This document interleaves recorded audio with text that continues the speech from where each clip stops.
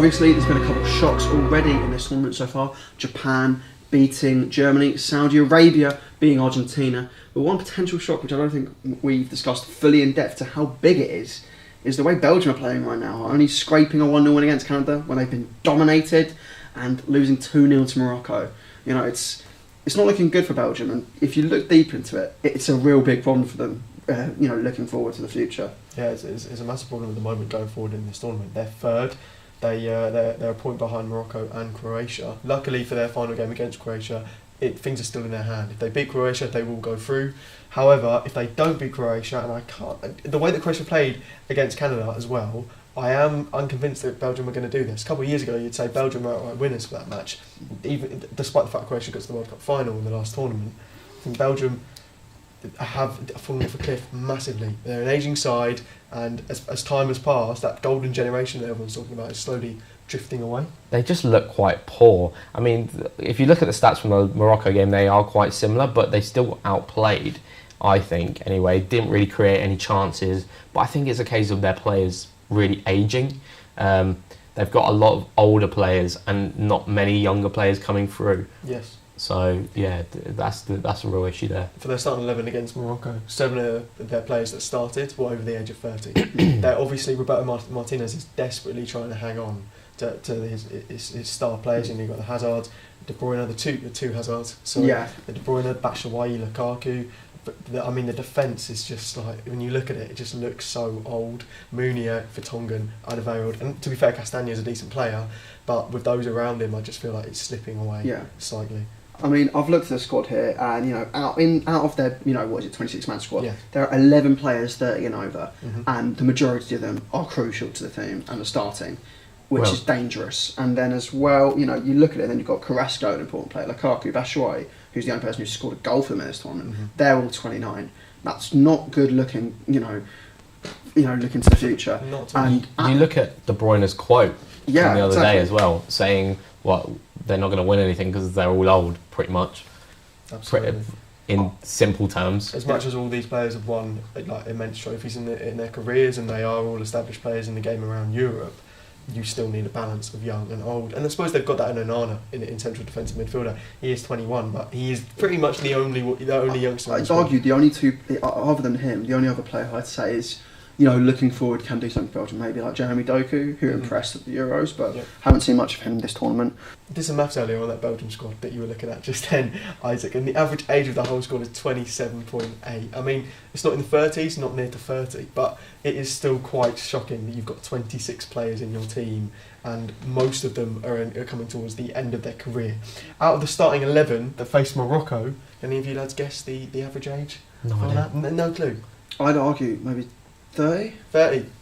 You're not far off. 29.9 was the average age of that starting 11 that lost 2-0 to Morocco. The oldest player on the pitch was Jan Vertonghen, 35. He's at Anderlecht now. He was at Benfica before, Tottenham, we all know his story. And yeah, it was just horrific. The average age of their attack was 30. 2 Hazards, De Bruyne and Batshuayi. They're falling off massively. I mean, going back on that De Bruyne quote, I don't know how strongly you guys feel about it. Obviously, I made like a big statement against the Ronaldo stuff a couple of episodes back. Mm-hmm. And I'd argue this is almost as bad, because when you're a key figure for that nation, to just give up in an interview and just basically say, we're not winning the thing, I think that's an absolute disgrace. I think it is. If a player in the England squad came out and went, we're not winning it. Sure, I don't think we're going to win it. But if anyone shouldn't be saying that, it's the players and the manager, because they're the people who have to believe and have faith. And what are you there at the World Cup for? If you don't believe you're going to win it, Joe, why call up De Bruyne in the bloody first place? No one's going to talk about it though. No one's going to talk. No one's talking about it. I think it's absolutely disgraceful that he's just gone, well, I think we're going to win it. I argue he takes a bit of the blame for that Morocco loss, because saying that the day before a game, what impact does that have on the rest of the squad? They're going to go, wow, our best player just doesn't think we're good enough. And what impact does that have on Morocco? They're thinking, right, well, they don't even think they're going to win. They think they're not up for it. Let's go for it. We'll have it, yeah. And what happened? And what happened? They nick a 2-0 win. I mean, Courtois wasn't even at his best. And you look at the Canada game, Courtois was one of their best players on the pitch. He saved that penalty from Alphonso Davies. And you go into this, after the back of that statement, not having a good game. And he is perhaps the best goalkeeper in the world on his day. And you look at that performance. And I'd argue, looking at that Belgium squad, a lot of them have had their day and aren't really performing at it as of late, like Hazard, like Lukaku. And I'd argue the only people in that squad who are, the experienced older players who are still doing it, it's just Courtois and De Bruyne, I'd say. Mm-hmm. And for one of those players to just completely sell out the squad, it's just brutal.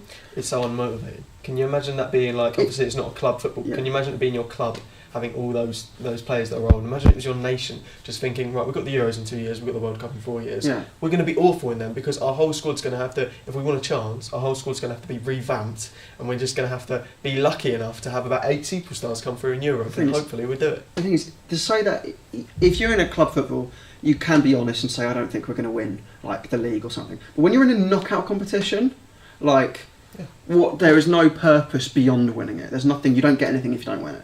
Like, it's just so... I'm not going to go in more in depth, but I just think it's wrong. Why is no one talking about it though? That's what I don't understand. I think it's because it's De Bruyne. Yeah, I think it's because of the perception we have of him.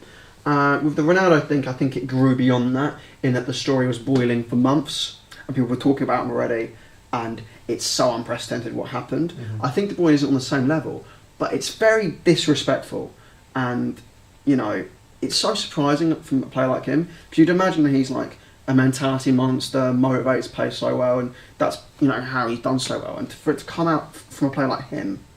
I think it's Belgium as well. I think it's the perception of Belgium in the media, because, like you said, imagine if Harry Kane comes. It's said about that in England. That is everywhere, and maybe it's all over our media because we're English, but that's everywhere in the world because England are a bigger national team. I think Belgium, they've had their heights over the years, but also I kind of think that he's been able to get away with that because perhaps there's a bit of a weak mentality in there. With Roberto Martinez, I actually think when you looked at that golden generation, when you looked at the potential that team had, do you really think that Roberto Martinez was probably the right man to really take them forward, or was it just a bit unmotivating? Yeah, picking Roberto Martinez very much felt like they just found a manager who was free and took him. Like, I don't know, and you're looking at Belgium, they're ranked 2 in the world. Which I find, I've never agreed with the FIFA rankings. They've never really made sense. I remember Arsenal being ranked higher than Tottenham for years while we weren't getting Champions League, and that didn't make any sense. Obviously, I laughed it off, but it didn't make any sense. And then, you look at the FIFA rankings, and a team which has never got to a final, or at least hasn't in the last 20 years, this generation hasn't made a final. They've made one semi-final in 2018. How can you be ranked second when, England... I'm not saying we should be ranked second. We should be certainly ranked higher than Belgium. When in recent tournaments we've made a final and a semi-final. Like, you never know where we're going to finish this year. You never know where we're going to finish this year. But judging by the way players are motivated, I reckon I'd fancy our chances doing better than Belgium.